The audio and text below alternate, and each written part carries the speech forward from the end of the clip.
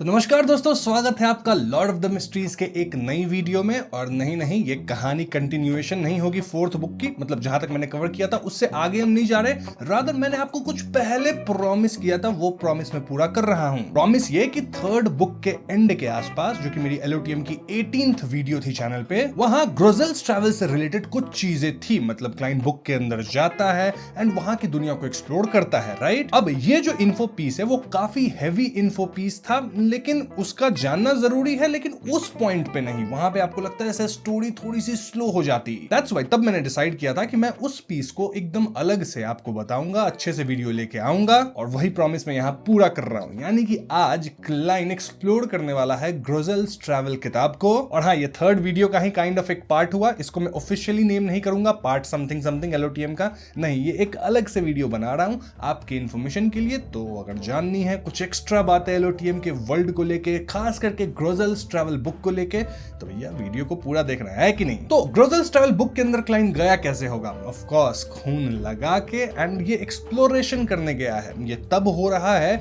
जब वहां जो एक अंदर ड्रैगन था ना, अंदर ड्रैगन, उसको ये लोग हरा चुके हैं। तो हाँ, बुक के कवर पे खून लगाते ही क्लाइंट के सामने उसे ऐसा फील होता है मानो विजन उसकी ब्लर हो रही हो, और जैसे उसके अंदर बहुत सारी ट्रांसपेरेंट चीजें छुपी हुई हो। फिर धीरे धीरे सब क्लियर हो गया। Blue sky, white clouds, greyish brown city walls और आसपास चलने वाले लोग सब दिख रहे थे। अब ग्रोजेल्स ट्रैवल के अंदर यूजुअली आइस और स्नो की दुनिया होती है, राइट। वेल, ये पहले वाली आइस और स्नो की दुनिया नहीं थी, बल्कि ये तो एक नॉर्मल सी सिटी लग रही थी। क्लाइंट डर्ट रोड के साइड में खड़ा होके बुक वर्ल्ड के लोगों को ऑब्जर्व करने लगा। उसने नोटिस किया कि ज्यादातर लोग लिनन शर्ट्स, छोटा ब्राउन कोट और लूज डार्क कलर के ट्राउजर्स पहने हुए थे। उनका स्टाइल पुराने टाइम के लियोन किंगडम जैसा लग रहा था। अब क्लाइंट अपने कपड़े की तरफ देखता है, वो तो काफी डिफरेंट है ना, राइट। तो वो क्वाइटली उसे चेंज कर लेता है। ऑफ कोर्स फेसलेस वाली पावर है, कर लेगा। एक सेकंड में ही वो आसपास के लोगों जैसा ही लगने लगा था। फिर वो सिटी गेट की तरफ बढ़ा अंदर जाने के लिए। तभी गेट पे खड़े एक लेदर वेस्ट पहने सोल्जर ने उसे रोक लिया और बोला, भैया एंट्री फी निकाल, एक लिडल। अब ये लिडल क्या होता है? ठीक है, हम तो वहां पे कुछ और सुनते हैं, ये कुछ और करेंसी है। क्लाइंट ने फिर उस सोल्जर के साथ एक तरह से स्पिरिचुअल लेवल पे कम्युनिकेशन की और उसका अटेंशन अपने से हटाकर पीछे आ रही मर्चेंट करावान पे शिफ्ट कर दिया। एक क्वाजी रात होने की वजह से जो किसी को पजेस करके कंट्रोल कर सकता है, लोगों पर थोड़ा साइकोलॉजिकल इन्फ्लुएंस डालना क्लाइंट के लिए कोई बड़ी बात नहीं थी। ये एबिलिटी बहुत पावरफुल नहीं थी, लेकिन नॉर्मल लोगों के अगेंस्ट काफी यूजफुल थी। तो हाँ, सिटी के अंदर एंटर करने के बाद क्लाइंट आराम से स्ट्रीट्स में चल रहा था, लेकिन अंदर से पूरी तरह अलर्ट था। मतलब कुछ भी इधर हो सकता है, ध्यान रहना चाहिए। उसे लगा कि यहाँ की पब्लिक की जो हाइजीन है ना, वो बैकलैंड के कुछ साल पहले के कंपैरिजन में थोड़ी बेटर है। जैसे प्रॉपर सीवेज सिस्टम हो, जिससे कचरा इधर उधर फेंकने की प्रॉब्लम ना हो। उसे बिल्कुल फील नहीं हो रहा कि ये एक बुक के अंदर का इल्यूजन वर्ल्ड है, क्योंकि हर इंसान के पास spirit body threads clearly exist कर रहे थे। आगे बढ़ते हुए उसकी नजर एक स्टोन बिल्डिंग पर पड़ती है जो 10 मीटर से ज्यादा टॉल थी, लेकिन सिर्फ 2 फ्लोर्स थे और उसका डोर ही लगभग 4 मीटर का था। उस बिल्डिंग के साइड में एक साइन बोर्ड लगा था जो किसी अननोन लैंग्वेज में था, लेकिन क्लाइंट तुरंत समझ गया कि उस पे पेसॉट ब्लैकस्मिथ गिल्ड लिखा है। उसने सोचा कि यहाँ ब्लैकस्मिथ गिल्ड भी है, मतलब ये जगह अभी स्टीम एज तक नहीं पहुंची है। तभी डोर खुला और एक बड़ा सा जायंट बाहर निकला, जिसके 4 लंबे लिम्ब्स थे, स्किन ग्रेश ब्लू थी और सर पे एक ही वर्टिकल आई थी। उसके हाथ में एक हेवी स्लेज हैमर था और वो आराम से रोड क्रॉस कर रहा था। अजीब बात ये थी कि आसपास के लोग उसे देखकर बिल्कुल नहीं डरे, जैसे ये नॉर्मल हो, बल्कि उसे ग्रीट भी किया, लाइक गुड आफ्टरनून ग्रोसेल। जी हाँ, ये है जायंट ग्रोसेल।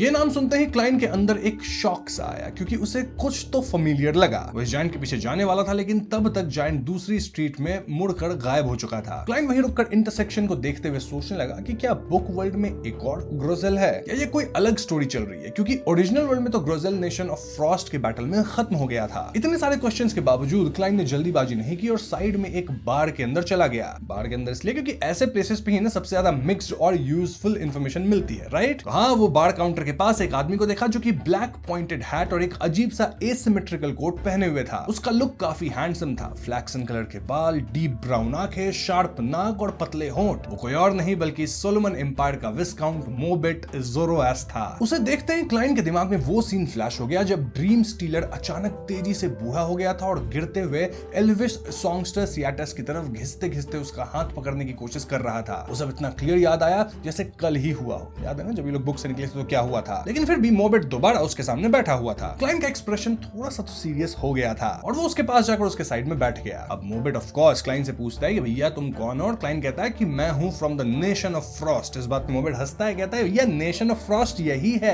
बस बहुत लॉन्ग टाइम पहले यहाँ बर्फ एंड फ्रॉस्ट था, अब तो बढ़िया सिटी है। उसके बाद मोबेट अचानक से बोलने लग जाता है कि देखो भैया मैं आपको बता रहा हूँ ना, इंसान है ना उसको शादी करनी नहीं चाहिए, ये सीधा सफरिंग की शुरुआत है। पता है जब वो थोड़ी सी भी एक्साइटेड होती है तो मुझे पीट देती है, जब खुश होती है तब भी पीट देती है, जब शर्माती है तब भी, जब गुस्सा होती है तब भी पीट देती है, मतलब किसी भी रीजन से पिटाई तो पक्की है। मोबेट कहता है कि अभी से मैंने डिसाइड कर लिया है कि मैं घर वापस नहीं जाऊंगा। और ये सब सुन के क्लाइंट मनी मन सोच रहा है कि एक मिनट इस ड्रीम वर्ल्ड के अंदर क्या मोबेट सियास्टस से शादी कर चुका है। मोबेट आगे बताता है कि मैं एक मर्चेंट कारवान के साथ यहाँ आया था। जब मैंने उसे पहली बार देखा तो वो इतनी खूबसूरत थी, उसकी सिंगिंग में एक अजीब सा दर्द छुपा हुआ था जो सीधा दिल तक लगता था। जितना मैं उस पर पहले फिदा था उतना ही अब उससे डर लगता है, मैं पक्का वापस नहीं जाऊंगा। अब मोबेट यहाँ क्लाइंट को देखता है और पूछता है कि वैसे आप इतने सैड क्यों लग रहे हैं। क्लाइंट कहता है मेरे लिए सैड होने की जरूरत नहीं है, मैं फ्री हूँ। तभी अचानक बार का डोर खुला और एक खूबसूरत फीमेल वॉइस चिल्लाई, मोबेट बाहर आओ, मैं 10 तक काउंट कर रही हूँ, अगर घर नहीं आए तो कभी वापस मत आना। समझ रहे हो इनकी डायनेमिक्स क्या है मोबेट और सियास्टस की। और जब तक वो काउंट करती 10-9 मोबेट तुरंत उठकर डोर की तरफ भागा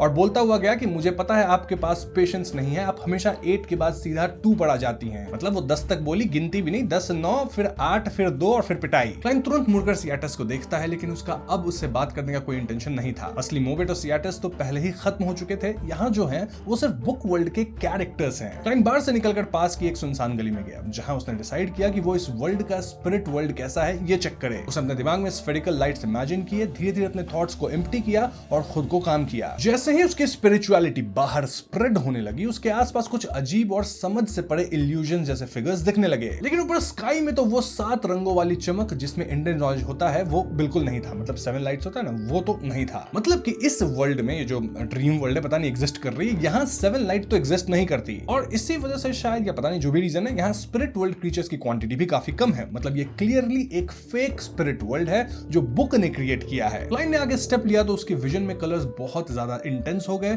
और दोनों वर्ल्ड्स एक दूसरे पे ओवरलैप होने लगे। उसने डिसाइड किया कि अभी स्पिरिट वर्ल्ड को एक्सप्लोर करने की जल्दी नहीं है और इसीलिए वो कहीं ना कहीं वापस आया और पेसोट में घूमते हुए लोगों से कैजुअली बात करने लगा। थोड़ी देर में ही क्लाइंट को ग्रोजेल का घर मिल गया। वो जायंट एक ब्लैक स्मिथ शॉप चलाता था और सेकंड फ्लोर पर एक बड़े से बेड पर आराम से सो रहा था। क्लाइंट सीधा वॉल के थ्रू अंदर घुस गया और ग्रोजेल के पास पहुंच गया। उसने कुछ सेकंड्स तक उसे ऑब्जर्व किया, फिर अपने स्पिरिट बॉडी से नाइटमेयर का बियॉन्ड कैरेक्टरिस्टिक निकाला और थोड़ी मुश्किल से उसकी नेचुरल पावर्स यूज की। धीरे धीरे एक गहरी और शांत डार्कनेस फैल गई और तुरंत क्लाइंट और ग्रोजेल दोनों को कवर कर लिया। स्पिरिट बॉडी स्टेट में क्लाइंट ने एक अजीब सा धुंधला स्फेरिकल लाइट भी देखा। उसने अपनी स्पिरिचुअलिटी उस लाइट तक पहुंचाई और जैसे ही टच किया उसके आसपास अलग अलग सीन्स फ्लैश होने लगे। आखिर में सब एक जगह सेटल हो गए और एक जंगल आया जहां बड़े बड़े लेकिन सूखे हुए पेड़ थे और उसके आगे एक पहाड़ और स्टीप क्लिफ्स थे, जिसके टॉप पर एक बड़ा और शानदार पैलेस था। ये पैलेस इतना बड़ा और अलग लग रहा था कि जैसे इंसान के लिए बना ही ना हो, बिल्कुल किसी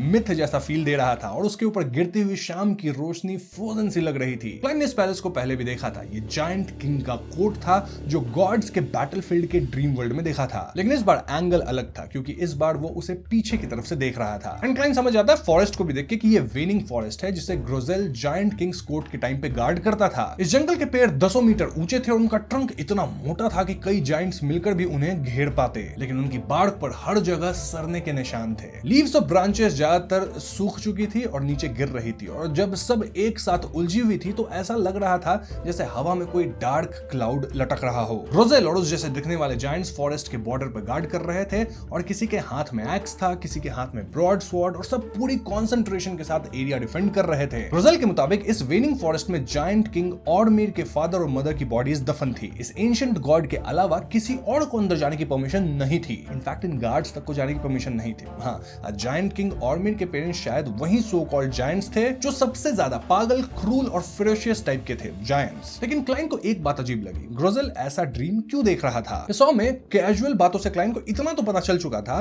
कि जो प्रेजेंट वाला ग्रोजेल है वो एक लोकल जायंट था जिसका जायंट किंग्स कोर्ट से कोई डायरेक्ट कनेक्शन तो नहीं था, इसलिए उसका ऐसा ड्रीम देखना काफी एबनॉर्मल लग रहा था। साइकोलॉजी एल्केमिस्ट्स की थ्योरी के हिसाब से, जिसके बारे में मैम डेली और मैम जस्टिस पहले बात कर चुकी थी, शायद बुक वर्ल्ड किसी कैरेक्टर को बनाते वक्त ओरिजिनल बंदे के सबकॉन्शियस या कलेक्टिव सबकॉन्शियस को यूज या कॉपी करता है, फिर उसमें छोटे मोटे चेंजेस करके उस कॉन्शियसनेस को रिक्वायर्ड सेटिंग के हिसाब से एडजस्ट कर देता है। अगर ऐसा है तो ग्रोजेल का ड्रीम उसके सबकॉन्शियस के इन्फ्लुएंस में जायंट किंग्स कोर्ट वाली लाइफ को फिर से दिखा रहा था। एंड अगर ये बात सही है तो बस इतना ही कहा जा सकता है कि ये बुक एक काफी क्रूल ऑथर है। ये सोचते हैं क्लाइन के दिमाग में एक नया आइडिया आया। उसे लगा कि ये जायंट किंग्स कोर्ट से रिलेटेड इंफॉर्मेशन कलेक्ट करने का एक अच्छा चांस हो सकता है। पहले वो डायरेक्टली ग्रोजेल से ये सब जानने का प्लान बना रहा था, लेकिन अपना प्रॉमिस निभाने के चक्कर में जायंट गार्डियन नॉर्थ के किंग उल्यासन के साथ बैटल में खत्म हो गया था। और जब उसकी स्पिरिट बॉडी बुक वर्ल्ड से बाहर निकली तो वो इतनी जल्दी डिसिपेट हो गया कि क्लाइन को उससे प्रॉपर्ली बात करने का मौका तक नहीं मिला। लेकिन दोस्तों अब उसके पास फाइनली एक और तरीका था, और वो था ग्रोजेल के ड्रीम को एक्सप्लोर करना। इसमें कुछ पार्ट्स जरूर अजीब या एग्जैजरेटेड होंगे, लेकिन जो बाकी कंटेंट है वो रियलिटी का ही रिफ्लेक्शन होगा। अगर ध्यान से स्टडी किया जाए तो दोनों में डिफरेंस समझना पॉसिबल है। ग्रोजेल कभी वेनिंग फॉरेस्ट के अंदर गया ही नहीं था, इसलिए उसके अंदर के सीन सिर्फ उसकी इमेजिनेशन से आए होंगे। तो फॉरेस्ट को तो एक्सप्लोर करने का कोई फायदा नहीं है, राइट? तो हाँ, क्लाइन ने धीरे से अपनी नजर उस माउंटेन पर डाली जहां किंग्स कोर्ट था। वो ज्यादा ऊंचा नहीं था, इसका मतलब वेनिंग फॉरेस्ट उसके पास काफी पास ही होगा। शायद सीधा एक सिंपल पाथ होगा जो फॉरेस्ट से एंशिएंट गॉड के रेसिडेंस तक जाता होगा। क्लाइन ने टाइम वेस्ट नहीं किया और वो सीधे ग्रोजेल के पास गया और ऐसे बिहेव किया जैसे उसे अच्छी तरह से जानता हो। क्लाइन यहाँ कैजुअली उससे पूछता है कि किंग्स कोर्ट वापस कैसे जा सकता हूँ। उसे पता था कि ग्रोजेल एक सीधा और ऑनेस्ट जायंट है और अपने ड्रीम में तो वो और भी ज्यादा स्ट्रेट फॉरवर्ड होगा। ग्रोजेल भी अपना हाथ उठा के सर के पीछे स्क्रैच किया और फिर थोड़ा कंफ्यूज होके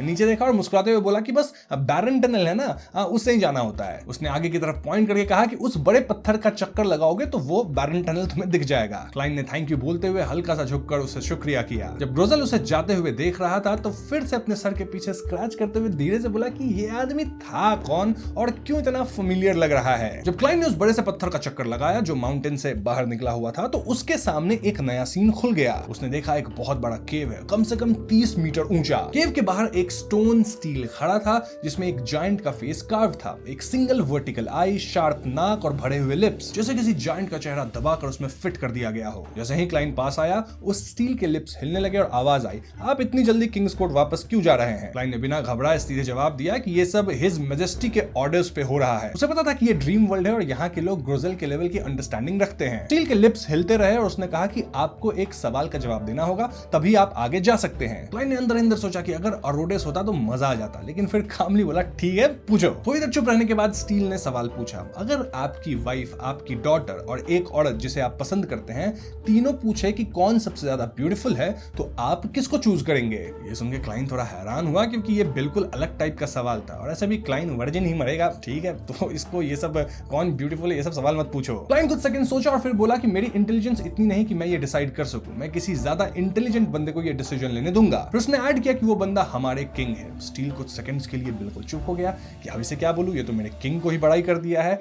एंड फिर शॉक में था थोड़ा एंड अंततः स्टील वाज लाइक ठीक है मैं इसे वैलिड आंसर मान लेता हूं, आप जा सकते हैं। क्लाइन तुरंत स्टील को क्रॉस करके केव के अंदर चला गया। अंदर की जमीन बड़े बड़े स्टोन पैनल से बनी हुई थी जो काफी पुरानी लग रही थी। केव की वॉल्स और सीलिंग पर म्यूरल्स बने थे जिसमें जायंट्स और ड्रैगन्स की बैटल्स दिख रही थी, डेमोनिक वुल्व्स, म्यूटेंट्स, डेविल्स और फीनिक्सेस के साथ। ड्राइंग सिंपल थी और कलर्स डार्क थे लेकिन सीन्स काफी अलाइव लग रहे थे। क्लाइन आगे बढ़ते हुए इन सबको ऑब्जर्व कर रहा था और उसने नोटिस किया कि स्टोन पैनल्स के बीच में सूखी हुई घास और रफ ग्रेवल पड़ी हुई थी और जैसे जैसे वो अंदर जा रहा था पानी की कमी और लाइफ का खत्म होना और ज्यादा क्लियर होता जा रहा था। काफी देर चलने के बाद क्लाइन ने एक बड़ा सा ग्रेश ब्लू डोर देखा। उस डोर के दोनों साइड पे 4-5 मीटर ऊंचे जायंट्स खड़े थे। ये गार्ड्स ग्रोजेल जैसे नहीं थे बल्कि सॉलिड आयरन ब्लैक आर्मर और स्ट्रॉन्ग हेलमेट्स पहने हुए थे, बिल्कुल स्टैच्यूज की तरह। उन्होंने क्लाइन को रोका नहीं और उसे अंदर जाने दिया। अंदर का हॉल ज्यादा बड़ा नहीं था, इतना कि सिर्फ 5 से 6 जायंट्स ही आराम से आ सके। क्लाइन अभी आसपास देख ही रहा था कि अचानक वो रुक गया और पूरा हॉल जैसे किसी इनविजिबल फोर्स से ऊपर उठने लगा। वो थोड़ा हिल गया, फिर खुद को संभाला और उसने देखा कि ग्रेश ब्लैक वॉल्स नीचे की तरफ स्लाइड हो रही हैं। लगभग 10 सेकंड के बाद एक जोर का साउंड आया और हॉल रुक गया। अब डोर के बाहर केव नहीं था बल्कि एक बड़ा सा शानदार पैलेस था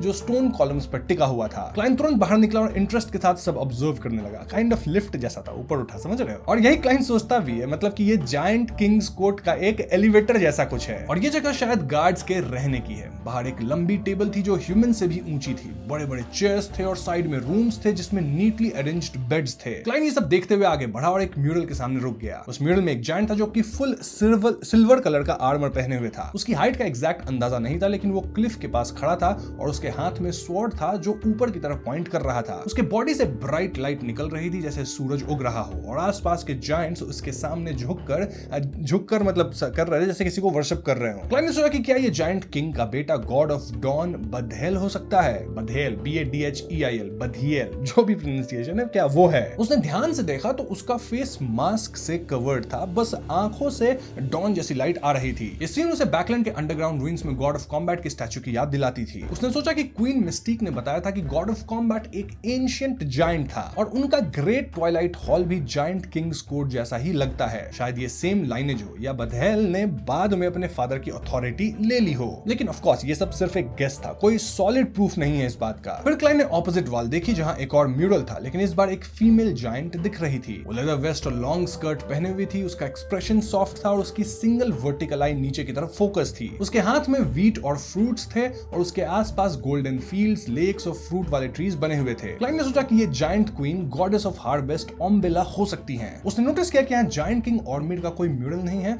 शायद इसलिए क्योंकि ये जगह सिर्फ गार्ड्स का रेसिडेंस है। उसने डिसाइड किया कि वो बाहर जाके और एक्सप्लोर करेगा। वो डोर के पास गया और क्रीपिंग हंगर एक्टिवेट करके ज़ॉम्बी की स्ट्रेंथ से डोर को खोला, लेकिन बाहर कोई पैलेस या फ्रोजन डस्क नहीं था, बल्कि एक ग्रे और धुंधला सा वर्ल्ड था जहां एक क्लिफ था और नीचे एंडलेस डेप्थ थी। क्लाइन को मिस जस्टिस की बात याद आई कि ये ड्रीम का बाउंड्री हो सकता है और आगे बढ़ने के लिए नीचे जाना पड़ेगा, मतलब कि ग्रोजेल के सबकॉन्शियस में एंटर करना होगा जहां कलेक्टिव सबकॉन्शियस का सी मिलेगा। उसने सोचा कि जब मिस जस्टिस ने वहां एक माइंड ड्रैगन देखा था तो इस बुक वर्ल्ड में क्या हो सकता है जो ड्रैगन ऑफ इमेजिनेशन ने बनाया है। ये सोचते हुए क्लाइन ने एक स्टेयरकेस इमेजिन की जो नीचे की तरफ जा रही थी। ये सीढ़ी नहीं थी, मतलब स्ट्रेट सीढ़ी नहीं थी, ठीक है, बल्कि स्पाइरल में घूमते हुए धुंध के अंदर गहरी उतर रही थी। फ्रैंकली स्पीकिंग ये जो मतलब सीढ़ी थी, स्टेयर्स बोलता हूं, स्टेयर्स, सीढ़ी बहुत कंफ्यूजन है। स्टेयर्स जो थी उसका एंड नहीं दिख रहा था और एंड नहीं दिख रहा है तो ऑफ कोर्स नीचे क्या है उसका अंदाजा नहीं लगाया जा सकता। कुछ सेकंड्स तक चुपचाप ऑब्जर्व करने के बाद क्लाइन आगे बढ़ा, स्टेयरकेस पे चढ़ा और धीरे धीरे नीचे उतरने लगा। जैसे जैसे वो नीचे जा रहा था आसपास की रोशनी कम होती गई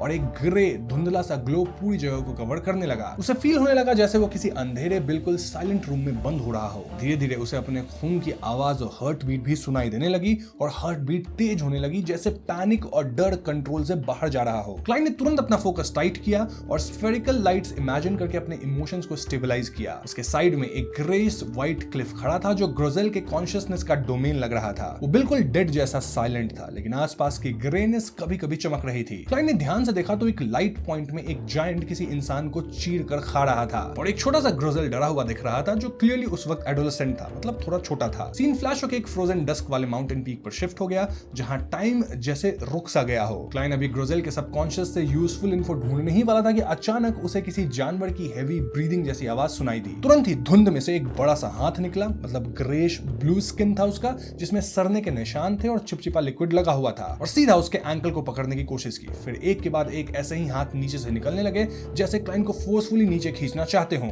माइंड वर्ल्ड का सबसे डार्क और डेंजरस जोन है कहीं ना कहीं, ये तो होना ही था ऐसा। कुछ ही सेकंड्स में ये सारे सड़ चुके हाथ इतने ज्यादा हो गए कि पूरी स्टेयरकेस कवर हो चुकी थी और वो अजीब सी सांसें और डरावने साउंड्स निकल रहे थे। क्लाइन तुरंत पीछे उछलकर 3 स्टेप्स ऊपर चला गया, लेकिन वो हाथ रुकने वाले नहीं थे। वो हिलते हुए ऊपर चढ़ते जा रहे थे और हर जगह फैल रहे थे। क्लाइन ऑलमोस्ट डेथ नील निकाल कर उन्हें फिनिश करने वाला था, लेकिन उसके दिमाग में 2 सवाल आए। ये हाथ आ कहां से रहे हैं और ग्रोजेल के सबकॉन्शियस में क्यों है? जैसे ही ये थॉट उसके दिमाग में आया, उसकी स्पिरिचुअल इंट्यूशन ट्रिगर हो गई और उसे कुछ समझ आया। क्लाइन जो अटैक करने का प्लान कर रहा था ना, उस प्लान को थोड़ी देर के लिए ड्रॉप किया, अपनी सांस को वो कंट्रोल किया, फिर से स्फेरिकल लाइट्स इमेजिन की। तब तक वो सड़ चुके हाथ उसके पैर तक पहुंच गए थे और उसके एंकल्स पकड़ लिए थे, लेकिन अगले ही मोमेंट वो सब गायब हो गए जैसे कभी वहां थे ही नहीं। सो यस, ऑफ कोर्स इससे प्रूव होता है कि ये सब जो हो था यहाँ पे, ये ग्रोजेल के सबकॉन्शियस का ही बनाया हुआ इल्यूजन है। यहाँ सिर्फ माइंड्स एक दूसरे को देखते नहीं बल्कि इंटरैक्ट भी करते हैं। अगर किसी के पास प्रॉपर बियॉन्ड पावर्स ना हो तो जितना डीप जाओगे उतना ही इमोशनल ब्रेकडाउन का रिस्क बढ़ता जाता है। धीरे धीरे धीरे दूसरे के सबकॉन्शियस का इंट्रूजन होने लगता है और बियॉन्डर पावर्स भी करप्ट होने लगती हैं। एंड में बंदा मेंटली अनस्टेबल हो सकता है और अपनी रैशनैलिटी हमेशा के लिए खो सकता है, मतलब कि कंट्रोल भी लूज हो सकता है अगर बियॉन्डर हो। ये स्पिरिट्स के साथ कम्युनिकेशन जैसा सिंपल नहीं है, क्योंकि यहाँ सिर्फ काम रहने से काम नहीं चलता। यहाँ आप ऑलरेडी टारगेट के बियॉन्डर पावर्स के अंदर होते हैं। तो जैसे ही क्लाइन ये बात समझा, वो कुछ सेकंड सोचा और फिर वापस ऊपर जाने का डिसीजन लिया। उसने डिसाइड किया कि अभी ग्रोजेल के माइंड वर्ल्ड में और अंदर जाना मतलब सही नहीं है, मतलब अपने आप को निपटाने वाली बात हो जाएगी, क्योंकि उसके पास अपने दिमाग को स्टेबल रखने के लिए रिक्वायर्ड पावर्स तो नहीं है। हाँ, स्पेक्टेटर पाथवे से होता तो शायद बात बन जाती। उसने सोचा कि जब तक कोई ऐसा मिस्टिकल आइटम नहीं मिलता जो इस चीज को हैंडल कर सके, तब तक वो दोबारा इस यहाँ आना ट्राई नहीं करेगा। डिसाइड करके वो जल्दी जल्दी ऊपर चढ़ा और एक जंप में वापस ग्रोजेल के ड्रीमस्केप में आ गया, मतलब कि जायंट किंग्स कोर्ट का जो क्वार्टर्स था उसके अंदर। वो ऑलरेडी थक चुका था, इसलिए तुरंत ड्रीम से बाहर निकल गया, वॉल के थ्रू ब्लैकस्मिथ शॉप के बाहर आया और बुक वर्ल्ड को ऑब्जर्व करने लगा। अब तक वो ग्रोजेल, मोबेट और सियाटस से मिल चुका था और बाकी लोगों से बातचीत करके उसने स्नोमैन और फिलोसोफर फ्रंजियर के बारे में भी सुना था, लेकिन उसे एंडरसन हुड, एडविना एडवर्ड्स, डैनिट्स या गिडमन स्पैरो जैसे लोग नहीं मिले, क्योंकि वो लोग रियल थे, रियल वर्ल्ड में एग्जिस्ट कर रहे हैं। इससे उसने सोचा कि शायद सिर्फ जो लोग मर चुके हैं वही यहाँ नए कैरेक्टर्स बनकर आते हैं, या फिर सिर्फ वो लोग जिन्हें यहाँ काफी टाइम हो गया हो और जो अपनी आइडेंटिटी को पूरी तरह एक्सप्रेस कर चुके हैं, उनका ही सबकॉन्शियस यहाँ पे कॉपी हो जाता है। सनसेट के टाइम स्ट्रीट पर चलते हुए उसने ये पॉसिबिलिटी सीरियसली कंसिडर की। अगर पहली वाली बात सही है तो टेंशन की कोई बात नहीं, लेकिन अगर दूसरी बात सही हुई तो उसे अपने विजिट्स को लिमिट करना होगा और टाइम कंट्रोल करना होगा। अभी कंफर्म नहीं हो सकता, इसलिए उसने सेफ साइड चूज की और सेकंड पॉसिबिलिटी को मानकर चलने का डिसीजन लिया, मतलब चलो निकलो यहाँ से। वो ग्रे फॉग के ऊपर वापस जाने ही वाला था कि उसने एक और फेमिलियर फेस देखा। कौन? वेल, फ्रंजियर, जिसके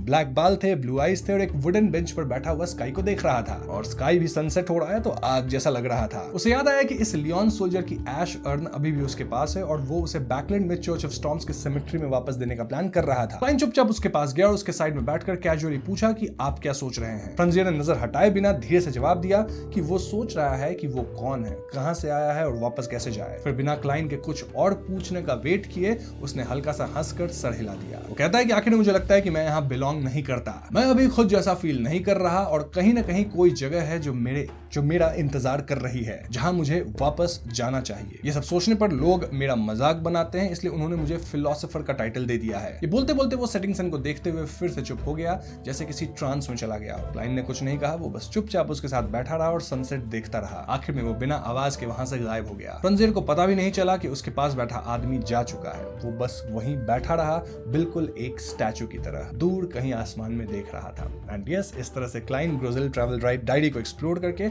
वापस से ग्रे फॉग में आ गया था। एंड फिर आगे की कहानी आपको पता ही है। तो हाँ, ये पार्ट जो आप देखे इसमें एक्सप्लोरेशन था, आप देख सकते हैं यहाँ पे। एंड बहुत ऐसा कुछ इंटरेस्टिंग फाइट नहीं था या कुछ प्लानिंग प्लॉटिंग नहीं चल रही थी, जिस कारण से मैंने इसको एक्सक्लूड किया था थर्ड वीडियो के अंदर, मतलब थर्ड वॉल्यूम वाले वीडियो के अंदर, जो कि वीडियो जिसमें ये आती है वाली पार्ट वो 18th वीडियो थी मेरी। बट हाँ, अब मैंने आपको अलग से इसके बारे में बता दिया है। अगर आपको कुछ यूजफुल इन्फॉर्मेशन इधर मिला हो तो मजे करना उस इन्फॉर्मेशन का। मैंने प्रॉमिस किया था, मैंने अपना प्रॉमिस निभाया है। अब आप लोग देखो ना देखो ये आप पे डिपेंड करता है, प्लीज देख लेना, ठीक है। लाइक शेयर सब्सक्राइब कर देना अगर वीडियो पसंद आई हो तो। और मंडे को वापस से मिलते हैं नई वीडियो के साथ। इस बार सोच रहा हूँ वीडियो थोड़ी सी लंबी रखेंगे, ठीक है, मतलब 1.5 घंटे से ऊपर। चलो मिलते हैं मंडे को, बाय बाय।